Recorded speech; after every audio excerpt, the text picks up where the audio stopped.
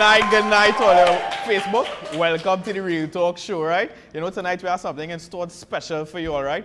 Before we start off the show, let me introduce the panel that we have here, right? On my right-hand side, we have Onika and Ryan. You want to give Onika and Ryan something? Yeah? Onika, give herself a round of applause, right? And on our right-hand side, we have Mr. Gavin Hira. I want to give him something. Sorry. Captain. Commander. I say captain, yes? Okay. Yeah, and on my left-hand side, you all might have never seen this young lady in her life, right? In their lives, right? Her name is Kimberly Singh. I'll give Kimberly something. Kimberly wants to smile earlier. And then last but not least, Ava Duckweave tonight, right? She duck all out here, right? So online, we have Celeste Ferrer on the house. So I'll give something. We are so happy you guys are joining us. Tell all your families to come and join us because tonight we're talking about human trafficking and it's actually a very heavy topic. I just learned a lot in the little meeting we had before. It's extremely informative. We have Mr. Gavin Hira here who has a lot of information. So tell everybody you know to come and join us. So right here on Facebook Live, real easy to access us. Everybody have Facebook, right? We also have some giveaways, so tell your friends they could win a little TGIF. If the budget hit them hard, they get a little voucher, right? Our giveaways tonight, we have 2 TGIF vouchers. So you have 2 chances to win TGIF vouchers. And we also have our friends at Häagen-Dazs with our little Häagen-Dazs voucher. All you have to do to win one of these vouchers, let us know your hair, let us know your thoughts. Big up somebody. We're talking about human trafficking. Tonight you could share your experiences. I know a lot of people have probably had those types of experiences. So let us know if you have any tips, how to be safe, anything like that, okay? So let's get the show started. Real interesting tonight. Hey, so earlier, you don't know what time it is, right? Let's give Celeste some round of applause now. Yeah, so I know what kind of madness going on in the country, and tonight we're going to talk about some other kind of madness going on in the country, right? So on my left-hand side, we have Kimberly Singh, the host and the coordinator for A21, the Walk for Freedom down here. And then on my far right-hand side, we have somebody who's going to give us some input. I ain't selling them out just yet, right? But so start off the show, Kimberly, what is A21? I don't even know what is that. Is this a A21? What is that, vitamin C or something? It's like a branch of Forever 21. No, it's not. Adult 21, no. Oh, okay. A21 starts for abolishing 21st century slavery. Right. Okay. Yes. Oh, okay. It was founded in 2008 by Nick and Christine Kane, and the war came about Nick and Christine Kane. Who are these people? These are 2 Hillsong leaders. Oh, okay. Right, from the band Hillsong United. Mm-hmm. And in 2012, they founded as well the Walk for Freedom, which is the work that we're hosting here in Trinidad. And they started collaboratively reaching out to countries, different states, for people to partake and to be able to spotlight human trafficking in their region or country. Okay. So why it is you decided to do this? I don't know. My desire to do this came about a year ago when I was invited to the walk last year that was hosted in Trinidad and Tobago, and I could not make it. So it's the second time here? This is the second time the walk is happening in Trinidad and Tobago. Oh, okay. And when I couldn't make it, I was really upset. I was really sad. I had to work, right? We all know I'm always working. Mm-hmm. And I said, you know what?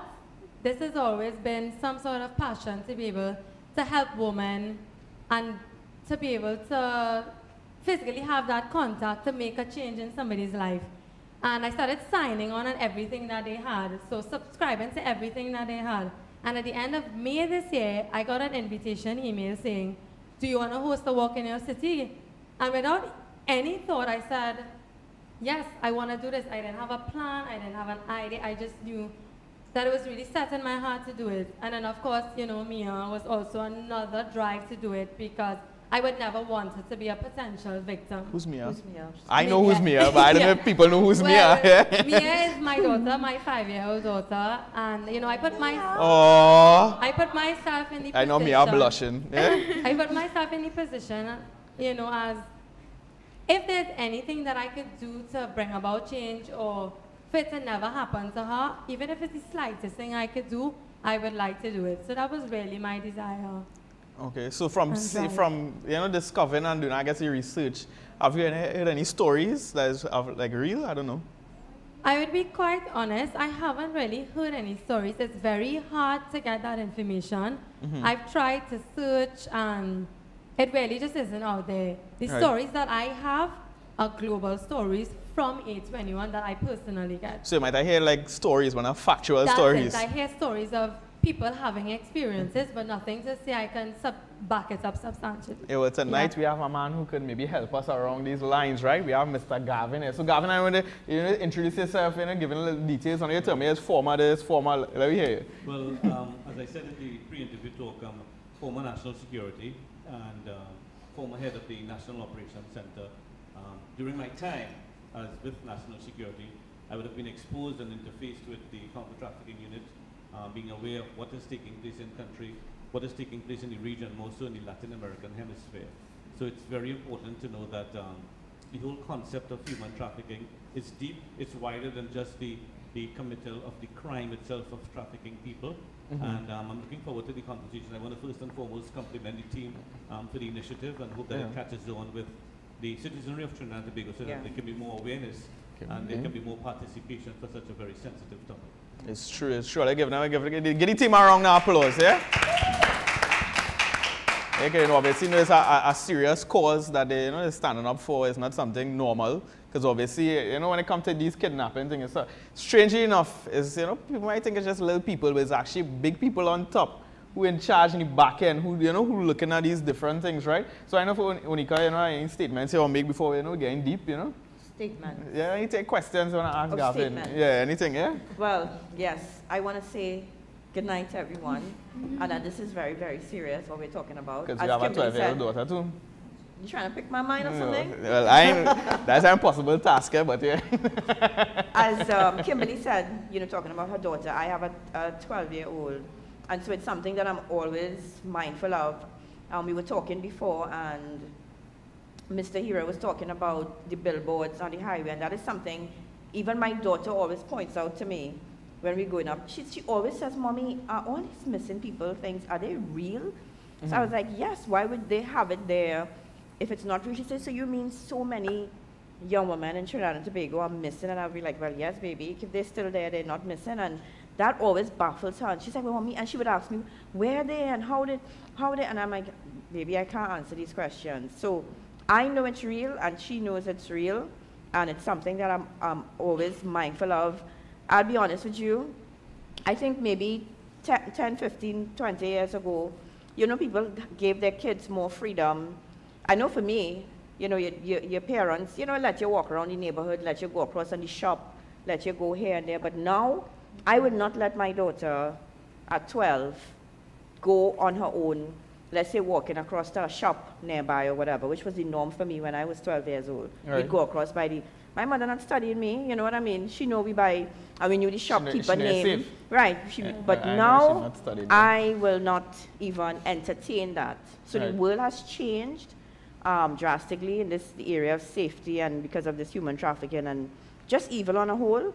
And so it's something that if we could fight it one day at a time, one step at a time, and what Kimberly is doing is, really a great initiative that, whatever we could do to help and to be a part, it's great, to bring, even if it's just to bring awareness to people. It's true. We're talking about human trafficking, right, Kimberly? And I would like to know from both of you all, right? I'll start off with Kimberly, right? When people get human traffic, what is happening to them though? Where some of the ways people actually get human traffic? Because I know people here in human trafficking, they might just think they're good and sell them as sex slaves alone, right? Where's some of the other way? What's end up happening to people? I mean, based on what I've read and my understanding, a number one way that people are trafficked is through a false job. So for example, the modeling agencies, as young women, it's the fab and the most popular thing to be a model, and the what it carries with it. And so they will show them this great picture and this new life and all these different things. They excite them. Of course, they lie to them. And they say, well, you get in a ticket, hotel, they paint this beautiful picture from them.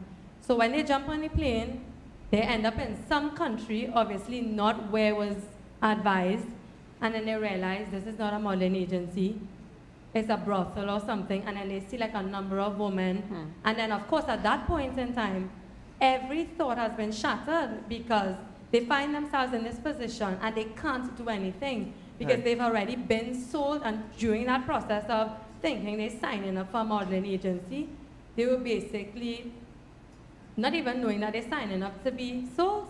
Oh, okay. And then, of course, it goes after that. There are consumers. I mean, there's steps, you know, from what I read, there's recruitment, there's the victims, there are consumers.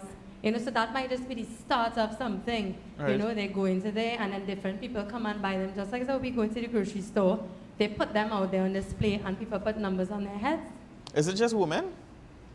Well, there are different types of trafficking, Right. you know. So there's labor trafficking, which is men. And I do believe, I mean, I haven't really seen it, that men could be used as sex slaves as well, and as well as kids.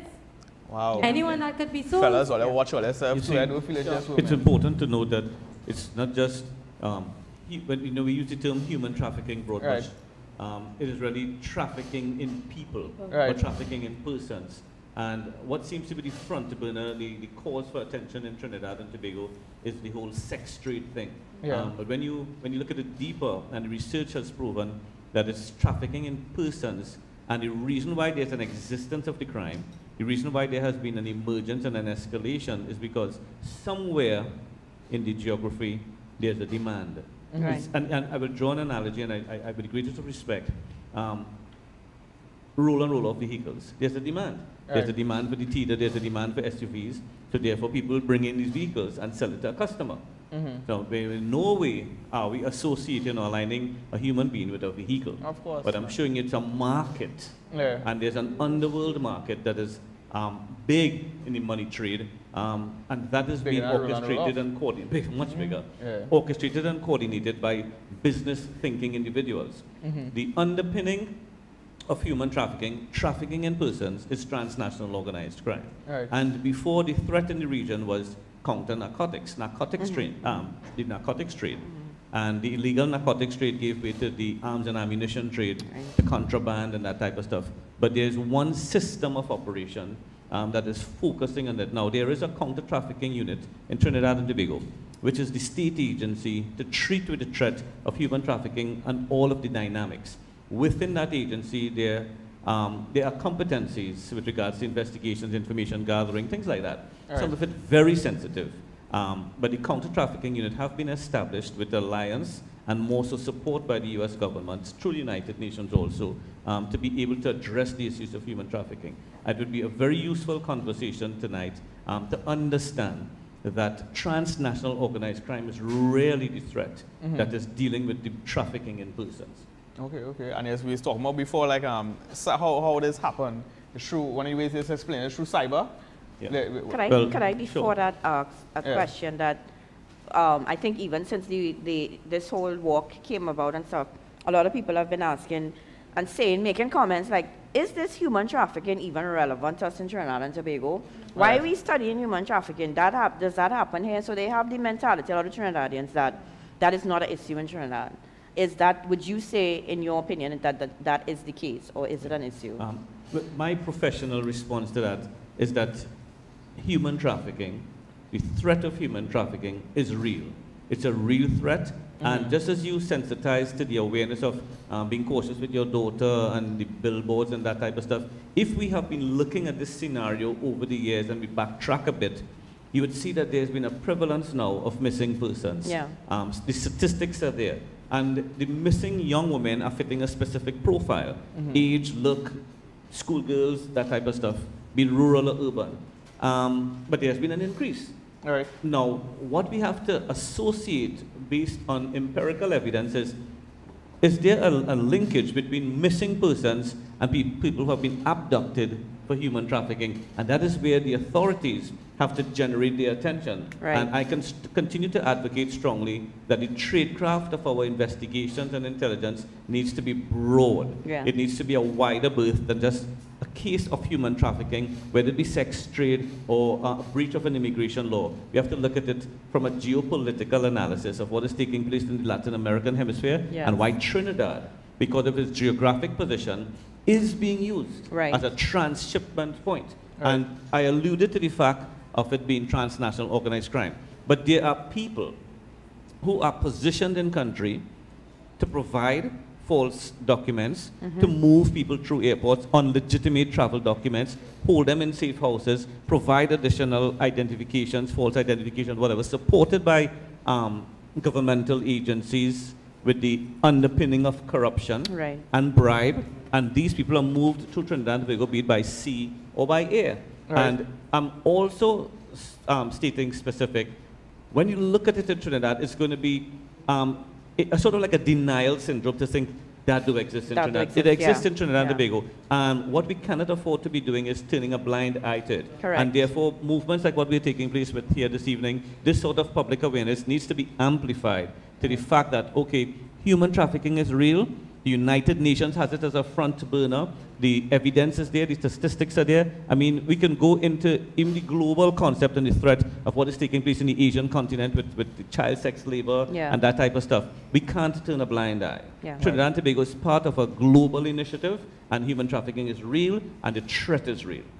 As the former head of national operations, right? I don't know if you tell us where all this stuff you're former of, you told me before in the interview. Let's let everybody know, because somebody might sit down and say, who's this man talking? You know what I mean? You understand? Well, I am Gavin Hiram, the former head of the National Operations Center, which was a state agency that dealt with systems integration and also the coordination and more so the utilization of interagency participation in crime fighting for national security. The concept of the National Operations Center, which no longer exists, was really the whole concept of homeland security being brought to the platform of Trinidad and Tobago to utilize information sharing, integrating the systems of national security and other agencies, and having a sort of whole of government approach to the issue of treating with crime. So human trafficking was just one of the issues we dealt with.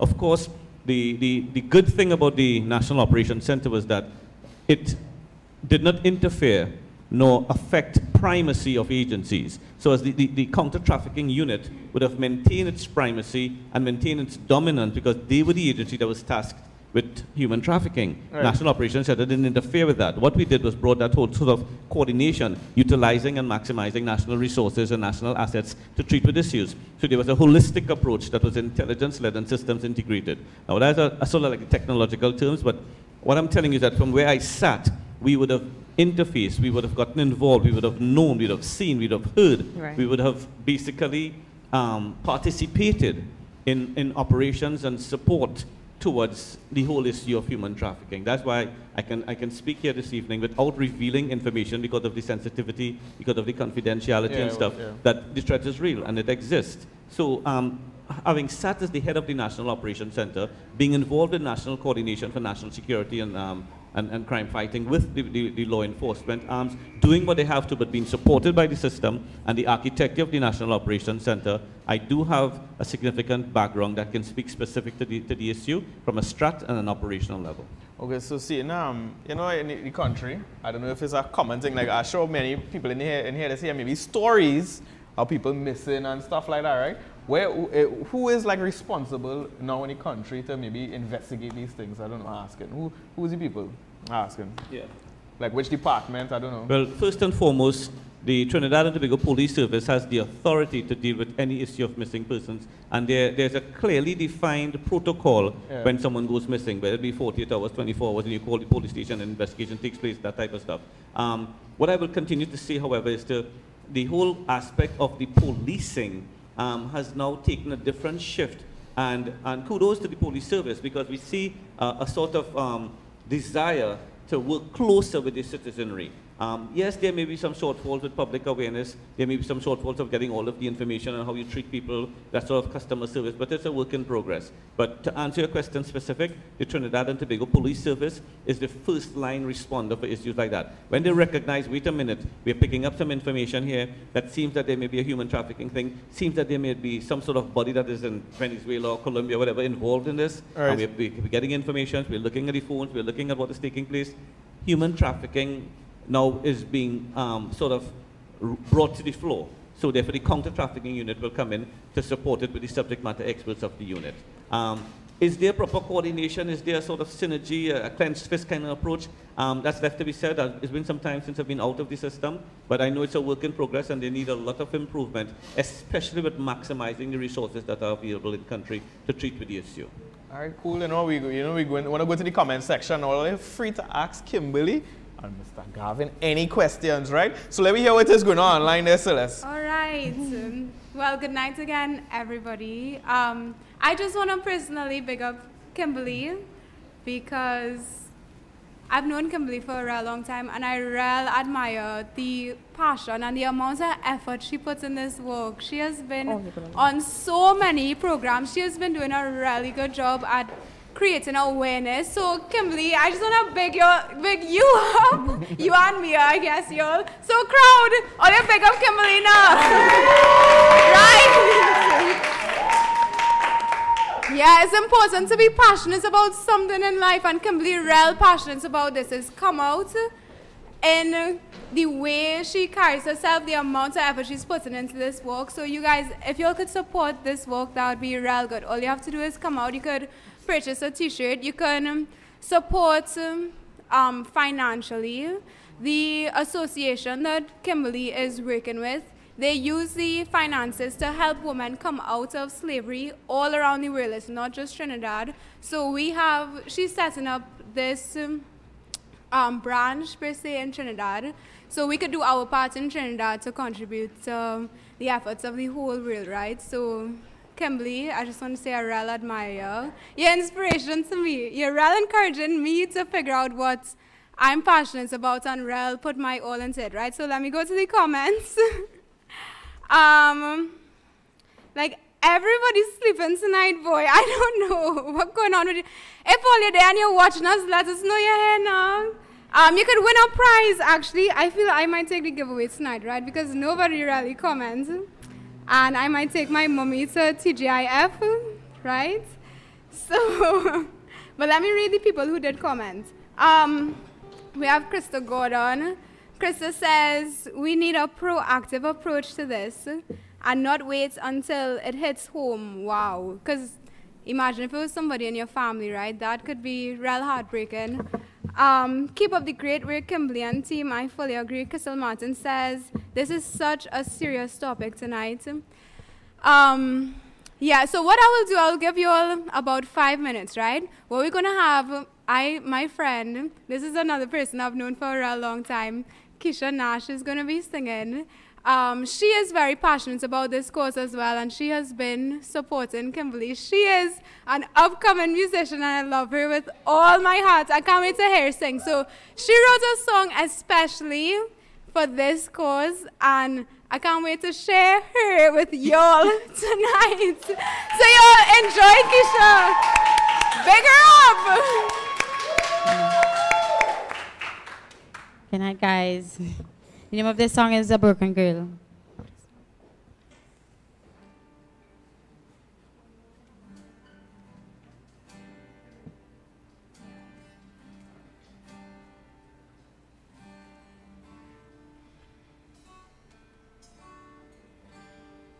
She's a broken girl now with broken dreams. So torn, feeling worthless as they stole all her freedom away.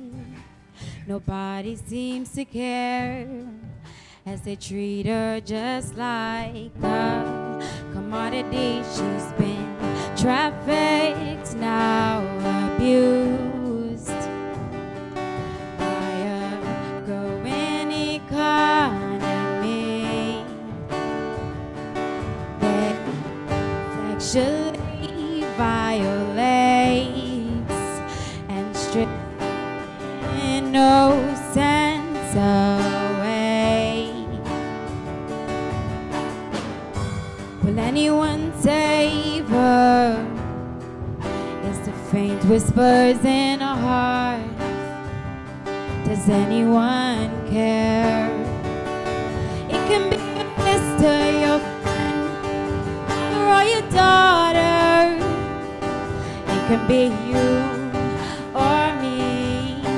She's some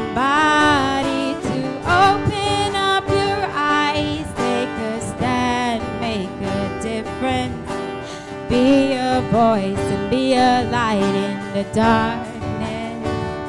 Together one step at a time. If we break the silence, we can save a life.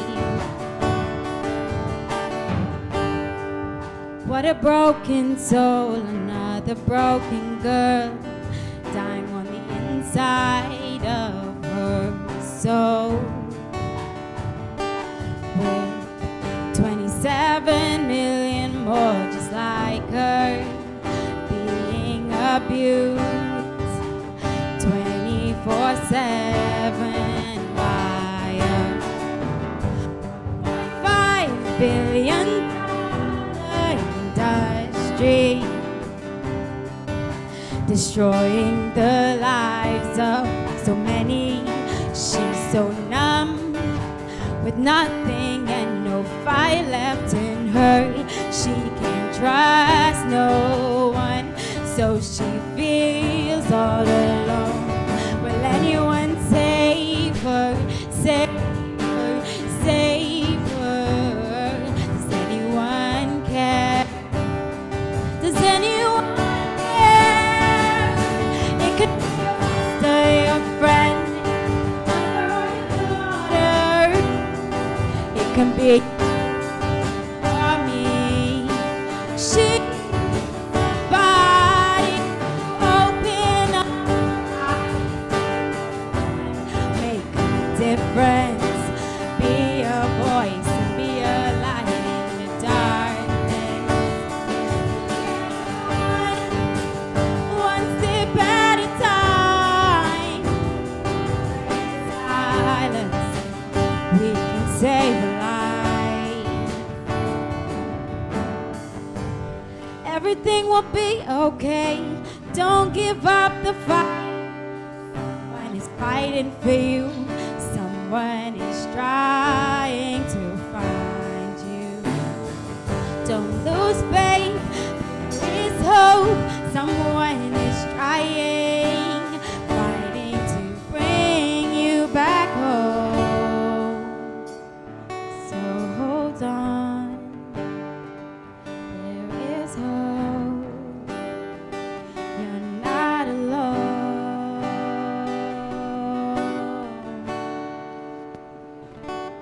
It can be your sister, your friend, your mother or your daughter. It can be you or me. She's somebody too. Does your chair have to be?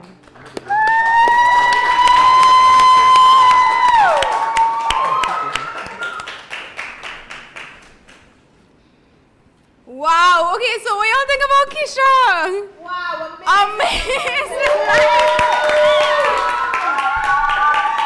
Yeah, this girl going places. Keisha tell me she just sit down and the songs is just come to. I don't know how she's doing it. She's come up with these songs in like 5 minutes, right? She's real amazing. So you guys support Keisha. Okay, we have some comments. We're gonna choose a giveaway. Big up Valina. Valina says, I'm loving this song, Keisha. Angel Spirit says, I think it's like a silent pandemic. We all know it's happening, and yet there hasn't been much conversation or direction into ending it. It's so great the work that they're doing. So many people go missing, men, women, and children. Families forever torn as this illegal black market's economy grows. I'll be glad to contribute, even in a minimal way, towards ending human trafficking in the world and or shining the light of freedom to someone out there. So it's true. That's actually one of the things we were talking about. We were saying, Mr. Gavin here was sharing with us that it's not something the media talks about a lot. Also, Angel Spirits, if you want to support, we will post the bank number. You can come out, you can walk. There are a lot of different things, so we'll keep you up to date in the comments. Nessa Ranrup, good night, Vanessa. I used to work with her. That is a real topic, real issues, and so much present today. Thanks, Real Talk, for the support. Pa Batty, big up Pa Batty. Sam, she says she's watching. Kerwin, good night, Kerwin. And Yala, this is an awesome initiative. I fully agree. Renisa Baldeo says good night, good night. Good night, good night, we good night. have a lot going on tonight. Good night, Anyala. All right, and that's about it. So we are going to give the TGIF voucher. We will give it to Pabati Sam. Hey, Sam. Thanks for joining us tonight, Pabati, and we hope you continue to watch and enjoy the show any way you could support. Yeah. We would be really appreciative of it, okay? So you guys, we have more giveaways coming up. Let us know if you hear any comments. Let us know what you think about the topic. If you had any experience, if you have anything to share, you can let us know, okay? So let's go back to the show. All you want to know how we do this, eh? How we just this happen, how we back again. Anyhow. Keisha is awesome though. Yeah, Keisha is real awesome. You know, all give Keisha again. Again. Yeah, remember it could be your mother, your sister, your friend. And talk, see now we talk about that. Just I want you all to continue to stay tuned, right? You know, just now we have somebody who actually went through some form of kidnapping, and she came here to share her story, right? Wow. Tell you all know how serious this thing is, right? Yes, you know, we heard people, a little piece of the story, most of it inside, and I want to tell you it's something serious, right? Yeah. But you know, before we was talking about Gavin, about like they said people have like a profile, right? You know, I would like maybe you to share with some of the ways, I'd like to know what specifically is that profile, but also some of the ways that people could prevent themselves. You know, people like maybe the children, anybody listening out there, right, to get information out there, how somebody can protect themselves against these things. You know what I mean? You know? Oh, their children. Yeah, well, clearly as we can see, there seems to be a sort of fixed profile of the young females that are missing. Schoolgirl between the ages of 15 to 19 years. Some of them mixed, some Afro-Trinidadians, Indo-Trinidadians. But just as I spoke earlier, there is a demand for a certain type of person. And whether these people are missing, being abducted for human trafficking, or just being missing. Yeah. Now, what we didn't speak about in lines of trafficking for humans is also trafficking for organ trafficking. Right. And that is something that is also starting to show itself in certain islands in the Caribbean. Wow. That's not happening in Trinidad. We don't have to talk about that. Once it has happened in the region, we have to pay attention to it. One of the viewers who commented said proactive. Yeah. So we have to be proactive so that when it hits our doorstep, we would have mechanisms in place. Outside of that, the counter-trafficking unit, which I know for a fact, has a lot of information that can support, for instance, the public awareness, like for the schools, for movements like this, for churches, for organizations and NGOs. Do's and don'ts, sort of information that you can follow and you can be cautioned as to what to do, how to be on the guard, how to escalate your vigilance and stuff like that. But mostly at this point, it is to understand that you can't trust anyone. Before, and you alluded to it, you know, you could have trusted someone to stay, babysit the kids, or let your kids go out at the malls or go to the supermarket on their own. You can't do that anymore. But it gives an introduction into the next fact. We can look at our children all the time in the neighborhood, in a community, to make sure we have eyes on. Right. But there are blind spots. Yes. Mm-hmm. Yeah. There are blind spots, and I spoke about it in the pre-interview, and I want to raise it now in the conversation. There are blind spots based on devices and technology. Because before, the question could have been asked, where do the young people hang out?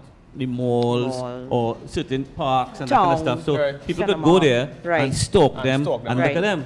Where are young people hanging out? Where are people hanging out now? In social media. Yes. So the same way there was this stalker who was physical behind a tree with a cap over his face, there are stalkers inside of cyberspace, stalkers inside of social media that are profiling people. One of the desires of the human being today, be it Christian or non-Christian, is for likes. They want to be liked. Yes. Everybody wants to be liked. Yeah. I have friends. I was sharing that recently in our family devotions of friend, the true meaning of friend. So I have a friend. She's a friend of mine on Facebook. He's a friend of mine on Instagram. Right. But are they really your friends? So you're opening up that sort of invitation for people to be your friends, for people to get close to you, and you're revealing information and revealing pictures and showing different aspects of who you are, and you are being profiled. And therefore, before you know it, you are being introduced and there are conversations starting, and you are basically already captured in cyberspace, Yes. and you have trusted this person.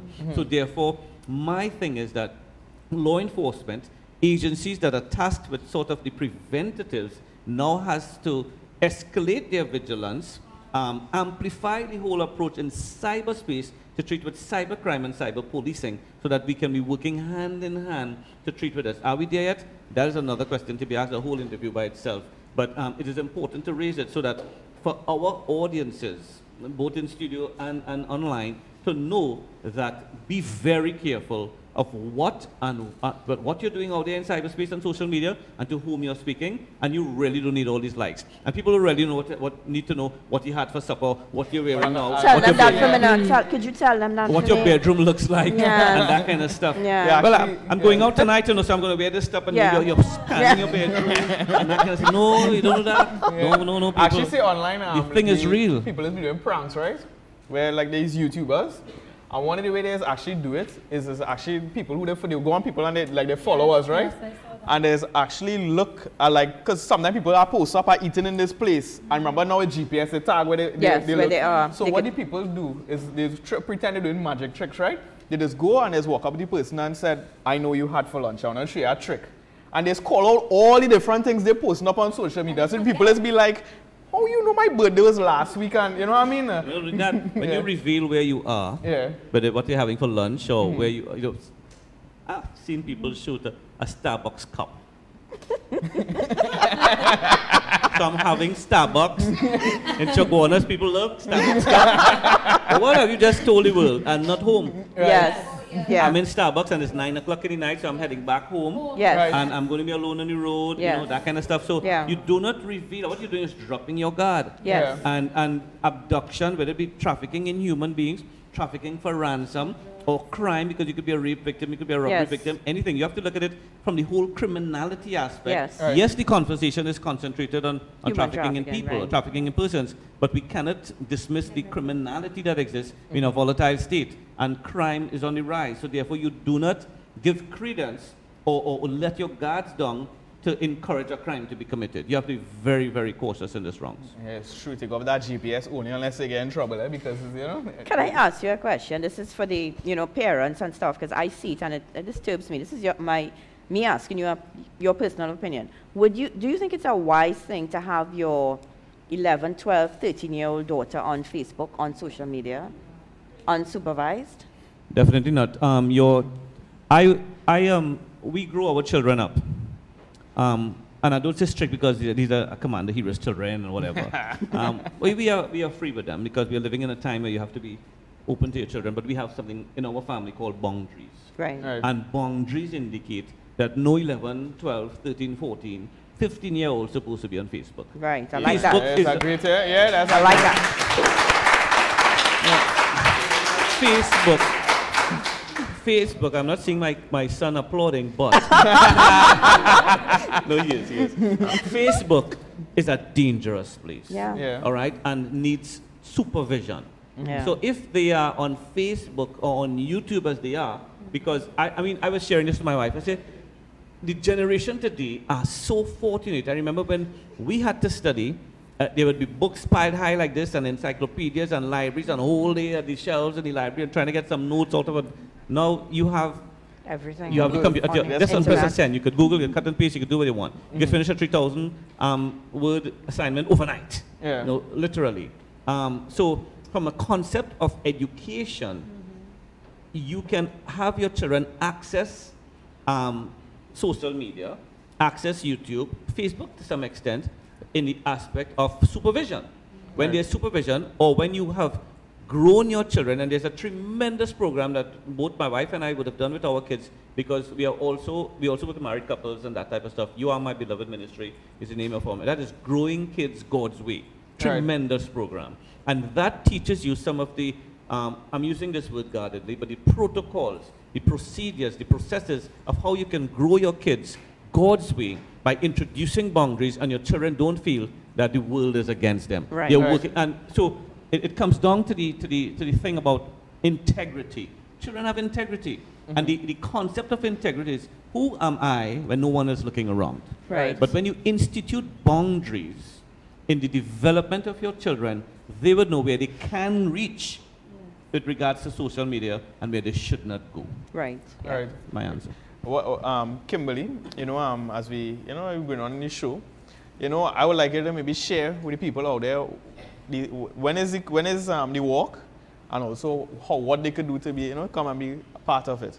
So the walk is happening next week, Saturday, 14th of October. It's on the Queen's Park, Savannah West, directly opposite TGIF, and it starts from 3 p.m. to 6 p.m. If it is you can't make it to the walk, there are different ways that you can help. You can support us financially with the things that we are doing. You can also, simple thing is sharing a post, one of our educational posts on the 12 signs or the red flags that you should. Post where? Where's the name of the page? Our Facebook page is called Freedom Walk TT. It has all the information and all the things that we've been doing for the last couple of months. So as I said, simple thing is sharing a post is helping. It's part of our journey. Not if you can't come out to work doesn't mean that you're not a part. Even sharing information that you've heard here tonight is being part of that journey, because we don't want people to feel, oh gosh, I can't come to the walk and not being a part. Even going on A21.org, educating yourself is being a part of this journey and being able to do something. It's true, right? I encourage everybody who looking online, and we was talking about Facebook just now.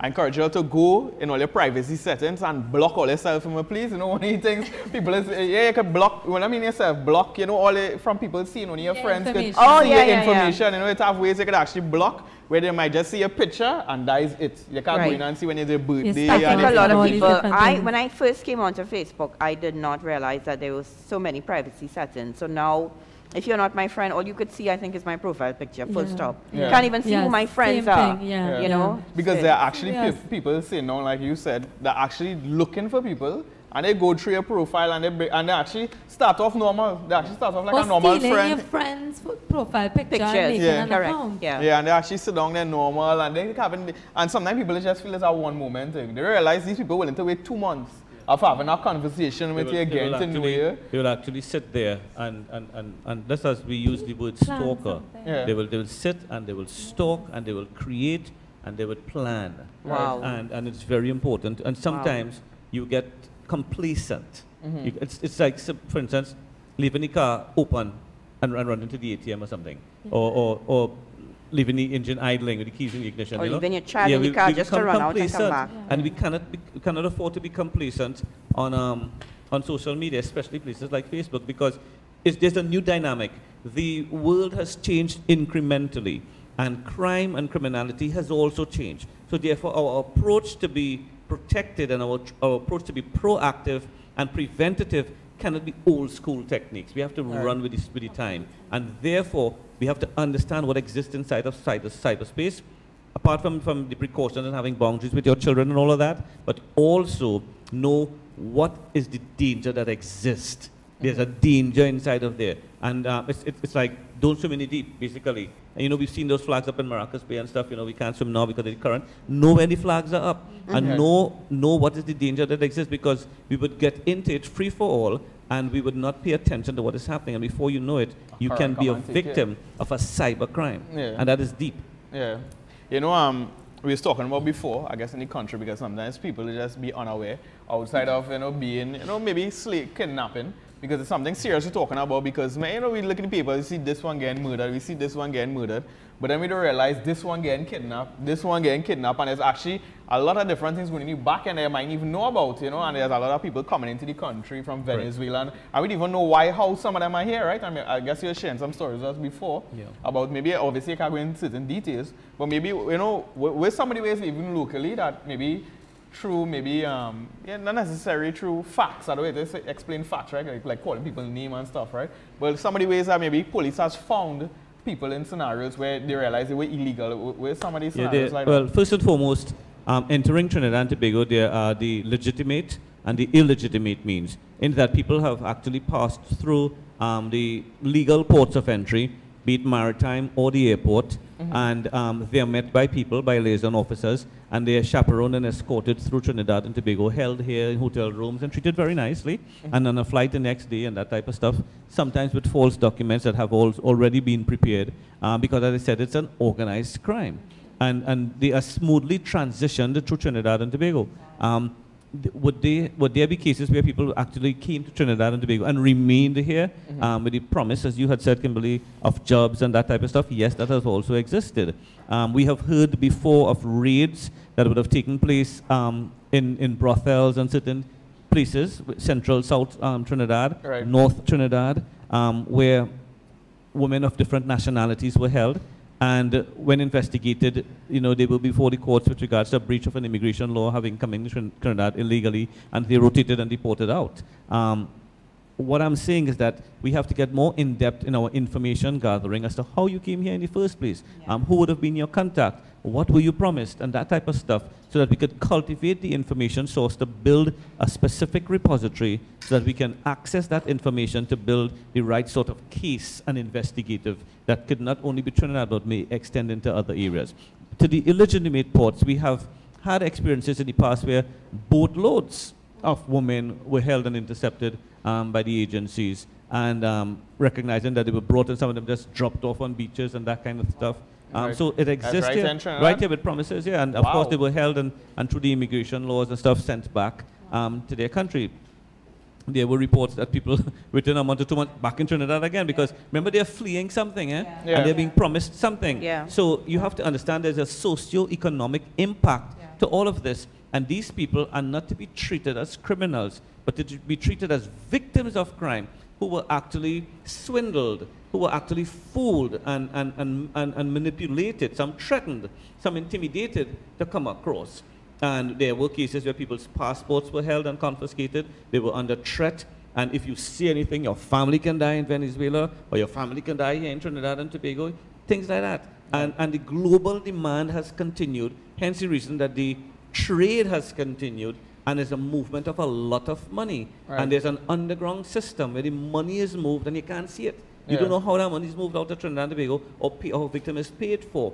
It's almost, quote unquote, untrackable. Right. But it exists, a payment scheme exists, which we can't go into at this point, but big money and transnational organized crime are people who have made crime a business. Shirt and tie, air-conditioned rooms, conference tables, and they sit and plan how we can make money through crime. So the same way there is strategizing and planning so as to fight crime, there's strategizing and planning on how to commit crime. Right. And Yeah. as I said, cyberspace, social media, the banking system, the manipulation of governmental offices and official state agencies by corruption is also a significant part of the entire dynamic. Yeah, so would you say maybe in Trinidad, at least in Trinidad, should they have like maybe a platform, right? Like let's say people coming into the country, they promise in hopes, right, of maybe they getting this job. Like just maybe use Venezuela example, right? And I don't know if some people getting brought across illegally to do certain things, right? But let's say they get this false hope of coming into the country to get a better job. But then after when they end up here, they're technically in the slavery, and they take their passports, they take them, and where they can't work, right? Where they're under this force where they can't move, well, certain things will happen to them, right? Now, if I was in that position, obviously you're feeling hopeless, and now maybe you want to go to the government, or you want to go to somewhere, you're feeling a little trapped, right? And now you're saying to yourself, if I can't open up to them, maybe the first thing they might want to do is kick me out and end up back in our next scenario.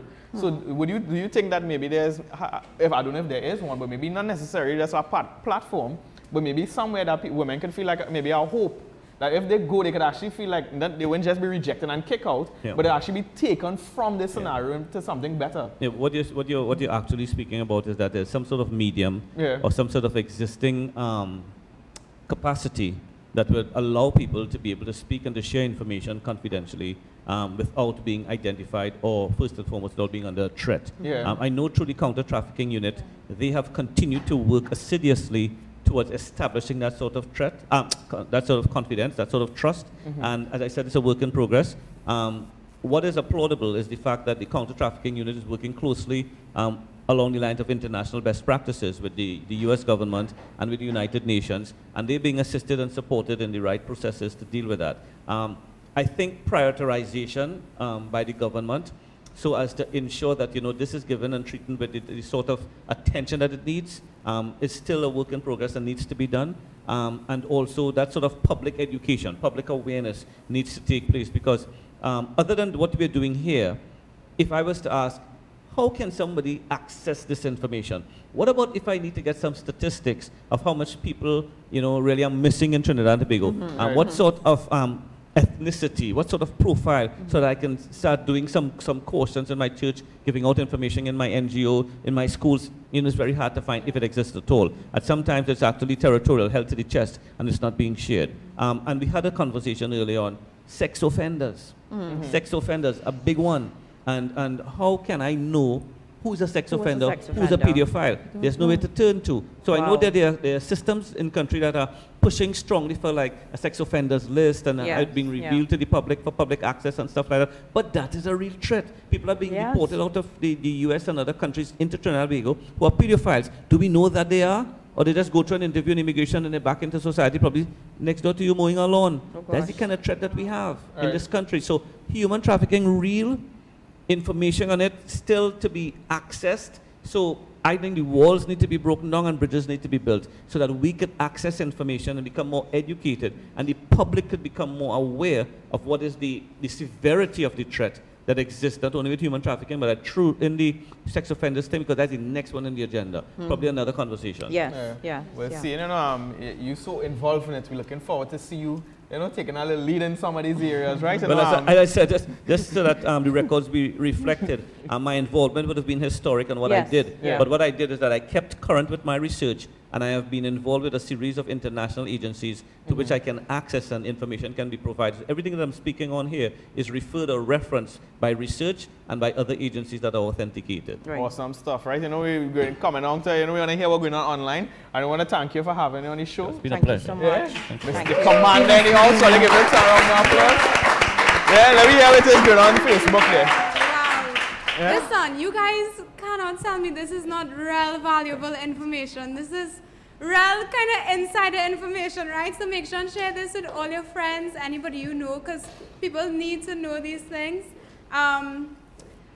Yes, let me read some comments.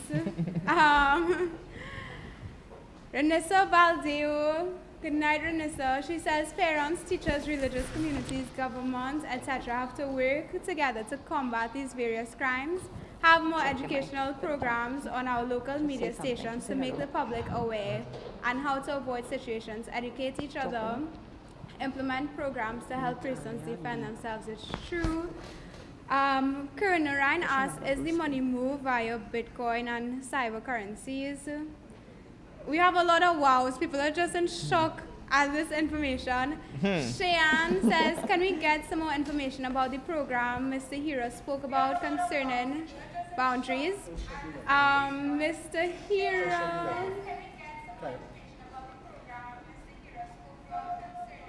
Hero, Cheyenne,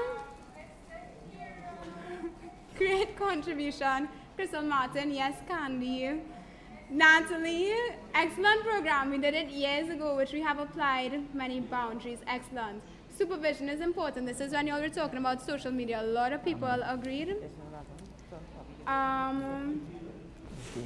Kerwin says on Facebook, someone can have any profile picture. That is so true. I actually have a couple friends who found like duplicates of their profile and they had no idea who started their profile.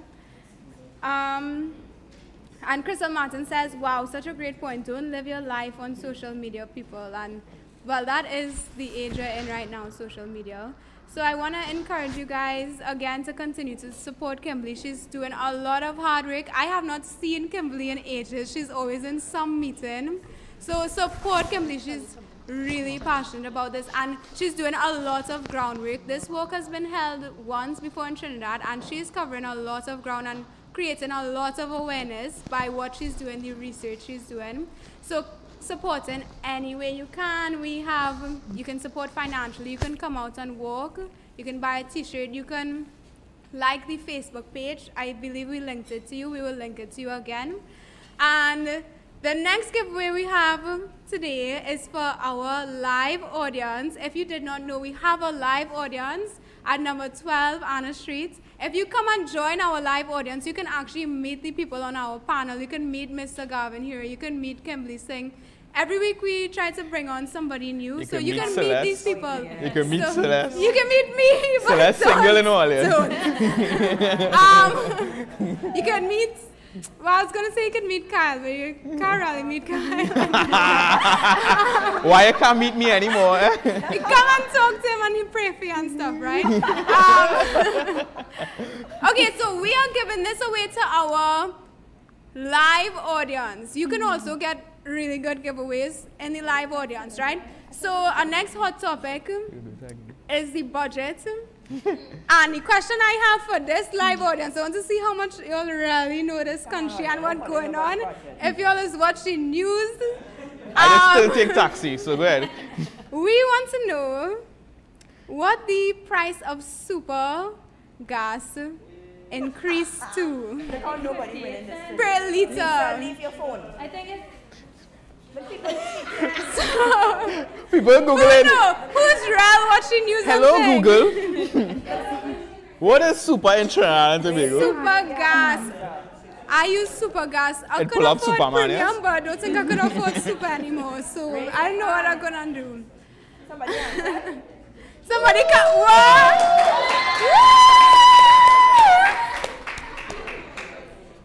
Gonna win. This person is gonna win this TGIF. Why look like somebody is telling this man the voucher. answer here? Seven, you have a car? Yeah, 7. Seven, you have a car? Stephen, do you have a car? Shame on the people with a car. 7, you have a car? If all you have a car, and Or you for your don't lawn, know why the you tell why answer. super for which one? And 7 You don't brush have that a car and he know the answer. So, guys, I believe the answer is 397 per liter. What? Hear that? Good job, Tevin. That's true, Tevin. It's so true. It's so true. Alright, so what you just won? And A Tevin. gallon of gas. For that vehicle you have, right? Tevin. Big up. Seven, get off the stage now. Thanks, Tevin. So you guys could come out, come join our live audience, come win some prizes, come meet our panel. Yeah, so we have even more things that are going to be revealed. Yeah, we That have some sounded interesting real stuff. weird. Yeah, so back to you, Kyle. Hey. Well, yeah, I don't know why they can't meet me, but anyhow. Well, I guess what they didn't know, Onika doing last flight again in December, so they come out and support, right? But on Onika right hand side, you always see the commander gone. You know, you have to take a flight out of the country, right? I was joking. But you know, we have a young lady here with us. Her name is Natalia Lee. Yeah? Well, we give her a round of applause.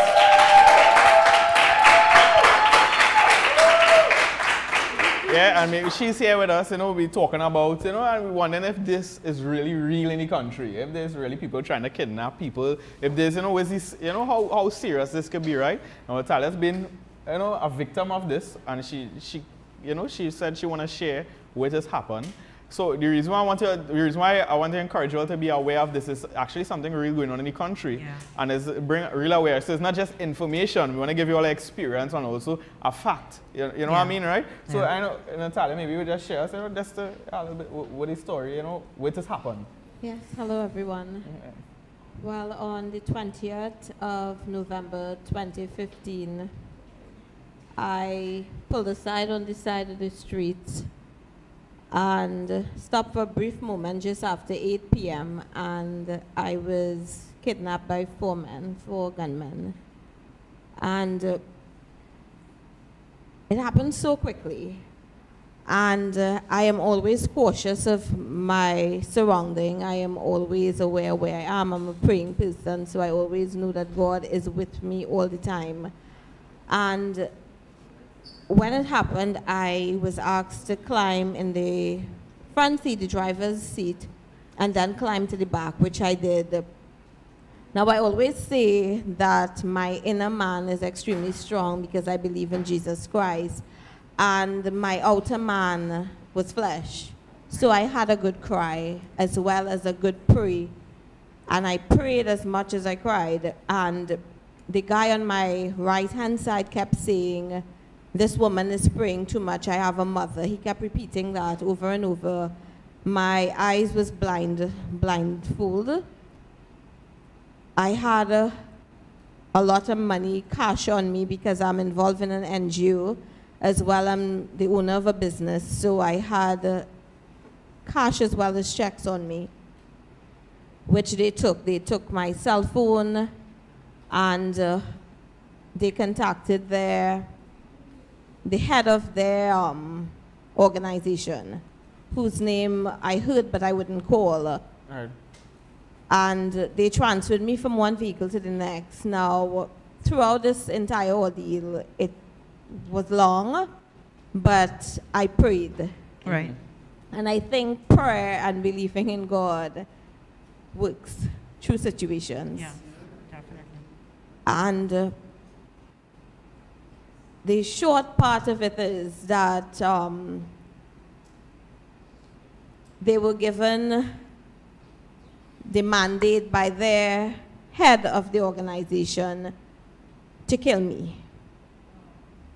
I always say but God for everything. I But like God. to say Let's but say that. God. But God. Yeah. And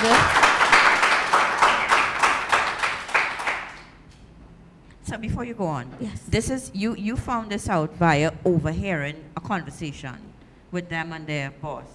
So you actually heard the boss say, "Killer." yes. Wow. Wow. And there is something that happens. There is a certain type of crazy faith that rises up within me in situations that, although it's shaken, because I was shaken, I'm shaken now a bit, Right. Let's rebuke the that cameraman. Right, there it's is a certain type of faith that arises within me, that I know that God is with me, and I know that His promises are true. Amen. And God promised to keep me in spite of. So when they took me to the point where they were sent to kill me, Hold on. Sorry. I am sorry to interrupt you, but there was a part of the story you missed. I know we told you to condense it, Right. but it's sort of kind of going to lead up to the end where you said you started to feel nauseous and something Yes. happened. so on the way, I was feeling extremely nauseous. I was feeling nauseous prior to then, and because of their driving, they were driving recklessly. It got worse, and I needed to throw up, and they didn't want me to do it in the vehicle. So the guy on my right held on to my feet, and the guy on my left held me so I can throw up whilst they opened the door. Wow. At that point, the blindfold shifted a bit, so I was able to see where I was, and I was able to see the street that they turned into. Because I'm familiar with that particular street, and they realized when we got on the street that the blindfold had shifted. They fixed the blindfold back in place, but I, at that point, had stopped praying, had stopped doing everything, and was just using wisdom and just focusing to know exactly where they were turning, because I'm familiar with that street. And when they were given the order to kill me, when they were given that order, anyway, so they turned into the street, and I was able to more or less time how long it would have taken. Right. And they got to the point, and then another vehicle would have pulled up where someone was sniffling, which would have told me that somebody else was taking against their will, Wow. like myself. And this is Trinidad, people. Wow. This is Trinidad, our sweet Trinbago, as we call it, our island that we should be able to move around Yeah. 8 p.m. at night and feel safe. Yeah. So it was 8 And p.m. when you got it was kidnapped. just after 8 p.m. Wow, okay. And that's not like really, you know what I mean? Yeah. And when the guy who was on my right, it was his time of the night to kill. And he was ordered to go ahead and pull the trigger. But as I said before, there is something that rises up in me. There's a certain type of crazy faith that rises up in me in situations where I'm not going that easy. Unless that is the way God really ready for me, then He have to tell me Himself. So I said, if you touch me, you will die. And they wanted to do worse than just that. I said, if you touch me, you will die. And I believe that with every fiber within me. because I serve the one and true living God, who is God. So I said, if you touch me, you will die. And I kept saying that, and then they started to play the you do it game. Because the guy on the right, yes, he didn't want to touch me. He didn't want to shoot. He kept saying, I have a mother, and this woman praying too much. Wow. And then he started to think about all these people that could die if he looked to interfere with the woman. And he's having a conversation back and forth with them. And then they tell the other one, okay, you do it. And it's 4 of them. And then they were going to you do it. And then they eventually, after about 10 minutes, nobody could do it. Wow. Right.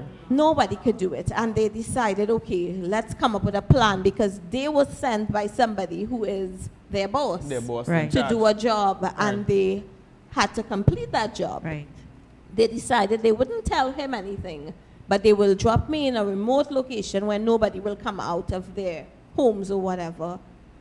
And they did drop me in that location. And the thing is, I called out to people and they looked out. I don't know if I have a bandit face or a face that says that. And I was in bright pink pajamas, because I was in the safety of the vehicle going about my business. So I was in pajamas, pink pajamas, bright pink. So they were looking out and seeing somebody. That is it. They are seeing somebody in pink pajamas, and they're looking out and going back in. And this is the state of our country now, where persons can look out and see somebody in pink pajamas and still be afraid. Right. Because I might have been a decoy in their minds. You know, so they looked out and went back in. And I thank God for the gentleman who, after calling out to different houses and trying to figure out where I was, who was able to call the police and call a good friend who is like a mommy, auntie, sister, everything. And she was able to get to the police station in quick time, and the police was able, with my information, and based on the fact that I was able to tell them, I wasn't sure where the street was that they turned, but after looking, they were able to find that location and find countless ID cards and handbags and car seats from vehicles and shoes and clothing, which indicated that that is a spot that would have been used for lots and lots of other kidnappings. My goodness. Wow. Wow. All right, so, and you said that the police, they came and, well, they say something recorded. Yes. It is recorded, yes. And you're telling us before you had a chauffeur in the yes. car. Well, the ram's horn, I had a ram's horn in the vehicle. Well, all the men are dead. I was able to, through the intervention of the police, able to meet with one of the persons. And I thank God for Jesus and a heart that forgives. Yes. Because sometimes something like this happens and you just want to meet the person and beat him. Right. And at one point I did think about it, I'll be honest, but God is God, and I have the heart that forgives. Yeah. So I met with him, and I thank God for Jesus, because I think that because of that, he is with God, although he's dead. Right. Because I wanted to meet him. He was locked up, and I wanted to meet him because I wanted to let him know that even if you did what you did, God still loves you. Yeah. Right. I forgive you. Right. And I thank God for that.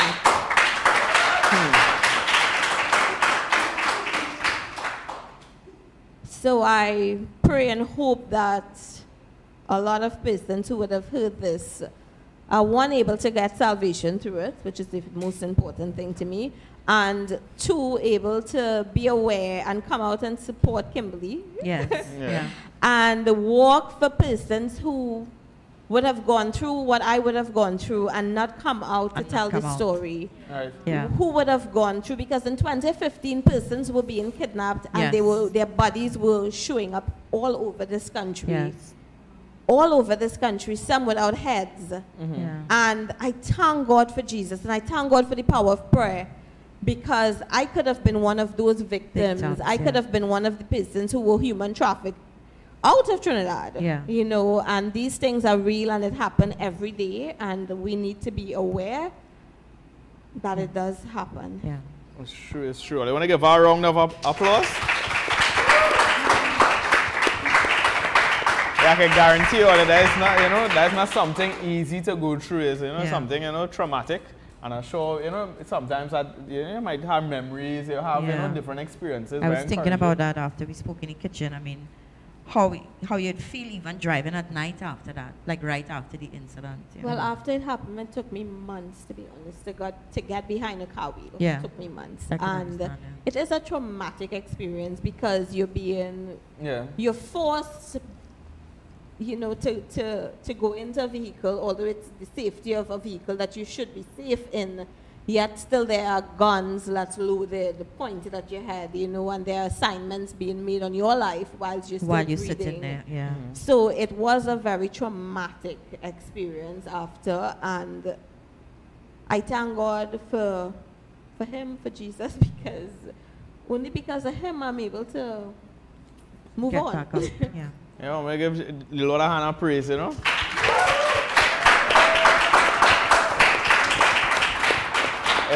Tonight, as we come down to our close, it's about that time. I want to encourage you all to share this video, to get the word out there, because it's something real going on, and it's more than A21. It means that we have our walk, next week, but after that, I hope Kimberly going to take our initiative beyond our walk, right, in the context of to continue further, and maybe next year, maybe if it is, Lord's will, that for you to take up the mantle again, to carry it on, for you to do so, but to see the reality of it, that is much more than, and you all heard from before the commander, that these things are not just stories. Yeah. That obviously he can't give certain details, names and details, because it's not something, that's confidential, right?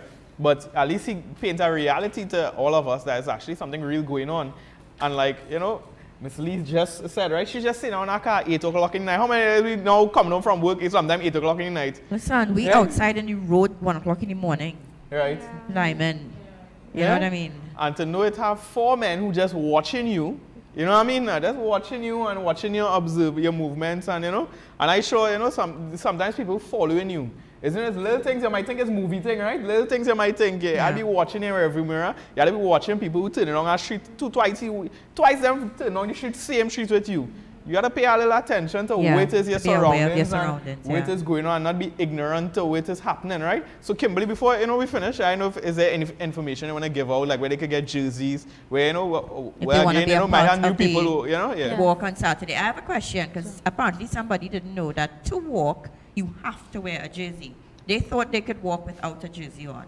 So can you enlighten us as to the walk and what it's in, how you can be a part? Do I have to be a member? Do I have to register? Because somebody listening who says, I want to come and walk with them next week. What do they have to do? Yes. So we do have registration drives that have been happening. All right. Response going good? Yes, it has been going really good. We were at Citygate last night, and I mean, it was overwhelming. Like, we needed more people to come out, but you can register online. If you go onto the Facebook page, it says sign up. Right. People have been complaining that it's a bit hard and tedious. That's why we're pushing the paper registration, right, which can happen on the same day as the event of the walk. You can also register and purchase T-shirts at Cam's Travel and Tours, Long Circular Mall. And T-shirts will also be available on the day of the walk. So people could just come out on the day. What time that they reach for? Yes, you can. If somebody's like that, what time that they reach for? Well, we ask that you reach there for 3 o'clock, right? Not Trinity time, not US time, but just on time, right? Right. Because we have to get start walking at a particular time. What time is your walk exactly? We are starting to walk at 3:30. Whether we have 2 people or 3 people, we have to start walking. Right. Because there's a program that we need to follow, right? Okay. Right. And yes, people, if you don't Where they walking by chance? We're making 1 lap around the Queen's Park Savannah. 1 lap. Wow. We're not running. We are walking, right? So don't get scared, and we're not walking for the 3 hours. Because a couple people ask that question if we're walking from 3 to 6. Right? That's a serious walk. I wouldn't say who. Like sharing in the wilderness. But as Onika asked, you don't have to purchase the T-shirt if you're unable to. I know some people say they can't afford to purchase the T-shirt, but we're asking that you do come out in a black T-shirt. Oh, so you can just wear a plain black T-shirt if you can't. You can wear a plain black T-shirt. Oh. But we are really asking for your support of the jersey because registration is free. Okay. Right? And of course, the funds are going towards victims, and of course our events as well. So we're really pleading and asking people to purchase a jersey. Yeah, it's a little $100 for a t-shirt. It's $100 for t-shirt, yeah. yes, and it's $80 for kids, but Right. we're pre-ordering kids because on that day we don't know how many kids may turn up. All right. Yeah, so any other information that you need to put out there? Asking before we close Our off. Facebook page. Oh, do you need, I know there's a lot going on the day, in the, on the ground and stuff. Well, everything is on the ground.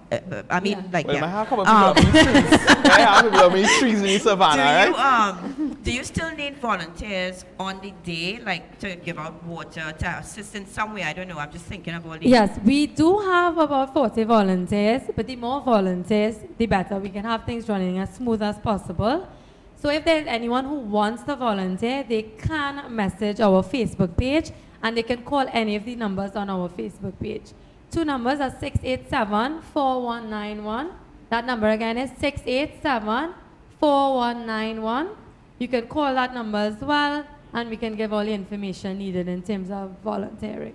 And if, like, while I'm walking, not me particularly, like let's say you get a heat stroke and you, is there like some sort of emergency response that would be available or help for, I don't know, A little hot sun somebody? right?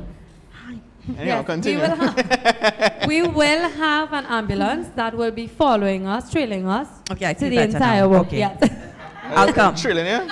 No, we'll be following the walk. We will also have I'll water, walk. okay? In case you get a little Free? dehydrated. Yes, I'll free walk. water. She will be, I don't watch her. She will be, I sprained my foot all She walking in when the ambulance dropped. She's somewhere. Anyhow, wait, it's going to online, so let's let you close off. Okay, I'm just going to read up everybody's comments to close. I saw a comment I wanted to read. Right, Karen Narayan asked, what is the number to call if you suspect someone is being trafficked, right? That's a really good question. We posted the number. You will post the number in the comments. The comments is 800-4-CTU. 840 CTU. CTU. Counter For CTU. trafficking unit.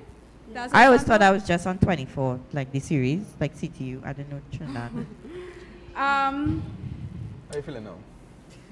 Renessa Baldeo said Trinidad and Tobago's territorial waters may also increase opportunities for forced labor for fishing.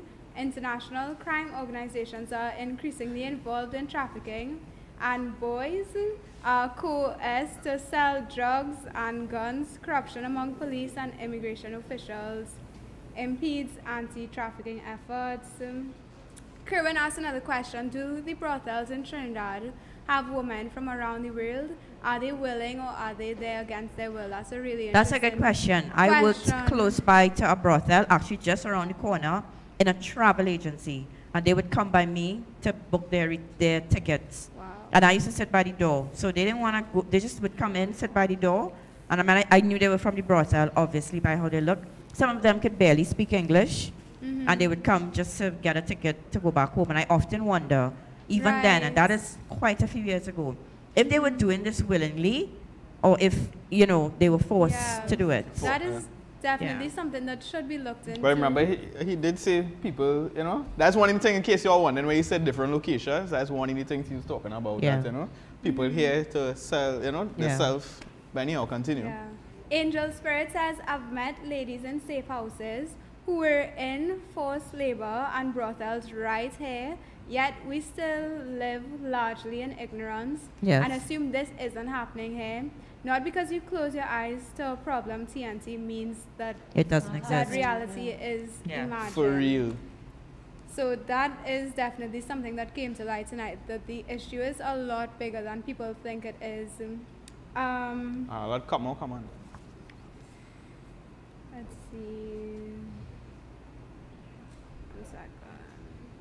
A lot of people said, but God. Thanks for your inspiration, Natalia. Yes. That was a but really God. moving Hey, story. hashtag, but God. But God. You can hashtag, but God. Valina says your story was giving her goosebumps. Just a lot of wows, a lot of people shocked that, what your story was. So we really believe it was God that has you here today. Yeah, and that is about it. So we hope that you guys were really received a lot of information tonight, and you'll make use of the information. So we're going to close up now. I'll hand it back over to Kyle. Hey, good night, everybody. You know, I want to thank everybody for coming out and everybody in the studio audience. I hope you know Tevin enjoy, Mr. Jitawa enjoy TGI, his voucher. And you know, Miss Lee, we have a jersey. Do you have a jersey for the walk? I don't know. Yeah, well, we're getting one free. Good to see Kimberly. Yeah, you're getting one free. Good to see Kimberly. And also, I would like to thank you for being on the show. Yeah, it was a pleasure. for sharing your story. Sharing Some people would actually probably prefer to just, you know, not to come out publicly and say that because, I mean, I don't know if you said it, but you actually saw the faces of these people. You correct? Yeah. Saw it, yeah. So that means they left you. It was really God. It could only be God. Because they let you live knowing that you could identify them. So that was really God. That's what I encourage you, you know, is God have you here and he loves you. And I encourage you, you know, I know sometimes in life it's a process, you know, certain things you got to go through. But I encourage you, the same way you'd call upon him and to walk it out with him.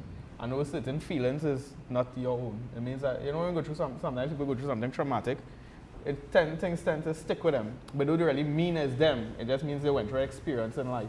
So I encourage you, whatever experience they go through, in case maybe don't let, you know, and live life like, I guess, you see it to everybody else, not just for her, right? We all have to live in wisdom, especially if you're a young lady out there driving it by yourself, going somewhere. Yes, yeah, you have to have wisdom. Make sure your car's locked. Yeah. Make sure your foot always on that gas. Anytime anybody come, I gone, yeah? Wait is your Either I gone or you gone, one of the two. From the time you see somebody strange walking up to your car, just say, I gone, you know what I mean? I even listen to I, to just say you're gone. And you know, I encourage everybody to have a good night. We out. You know, we have a short little video we're going to show for you all. But after the video, you won't be seeing these faces anymore, right? So you all have a great night. Tune in next week. We will be on the walk. We'll be on the show. We'll send a little live for the walk while we walk. We'll be strutting around the savannah in the hot sun. No, let's hope it's like today without the rain. Just nice and cool pray and for breezy. the no rain. Yeah. So, you know, have a great night. Thanks, Kimberly. Bye. Good night. Thanks for having me.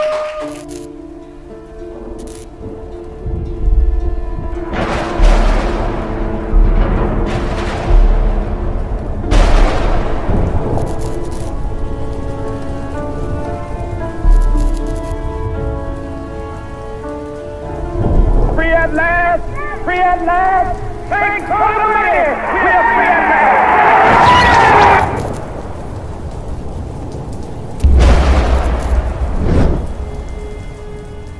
last! It was shocking for me to find out that right now, in the 21st century, there are more people trapped in slavery than ever before.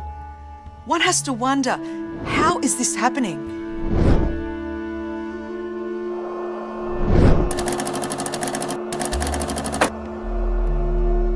You know, we see these statistics like 27 million slaves. But the truth is that numbers are numbing. Numbers are dehumanizing and desensitizing. And it becomes so easy to ignore suffering when it remains nameless or faceless. In fact, it's so easy to be overwhelmed by the enormity of the problem if it seems so large that none of us could make a difference. But if you can break that number down so that it represents one human being, one life, one story, then that changes everything. One story that profoundly impacted me was Natalia's. She went to a coffee shop to meet up with a guy that her friends introduced her to. She was so excited about going on a date. She remembered laughing and talking with him, thinking they were having a great time. What she didn't realize was when she went to the bathroom, he drugged her coffee, causing her to pass out. He then threw her in the trunk of a car as if she was nothing more than a piece of baggage. When he arrived at the Greek border, he simply paid off the security guards and entered the country freely. When she awoke, she was in a different country, chained to a bed. She was raped and beaten repeatedly. 2 weeks later, Natalia was sold as a sex slave.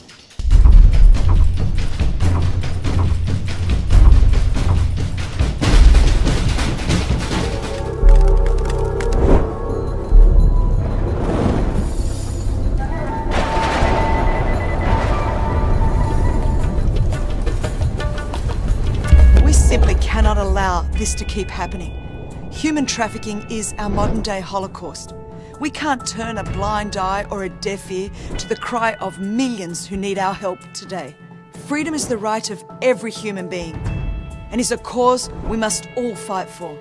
The whole reason we started the A21 campaign was to rescue, restore, and rebuild these broken lives. Natalia found hope when she was rescued and brought to one of the A21 safe houses.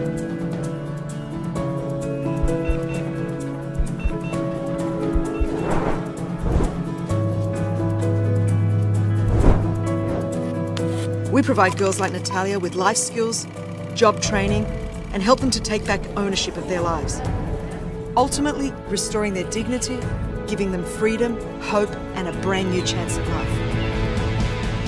A21 lawyers helped to see Natalia's trafficker sentenced to 15.5 years in prison and given a €108,000 fine.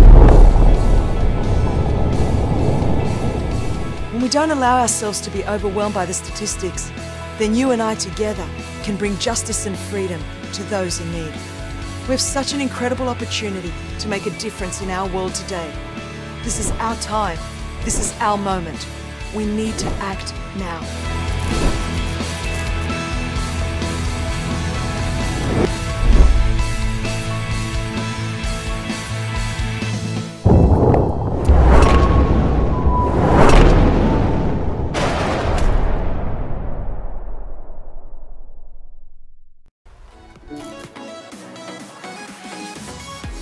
Thank you so much for being part of this show. I hope you really enjoyed it. You can go on over to our YouTube channel and click subscribe. You can also click on that bell at the bottom and you'll be able to get live notifications. For our Facebook viewers, remember to like, comment, and share, guys. Thank you so much for being part of the show. And if you'd like to come on down and be part of our live audience, we are located at number 12 Anna Street, Woodbrook. Have a great night. Thank you for being part of the show. Good night.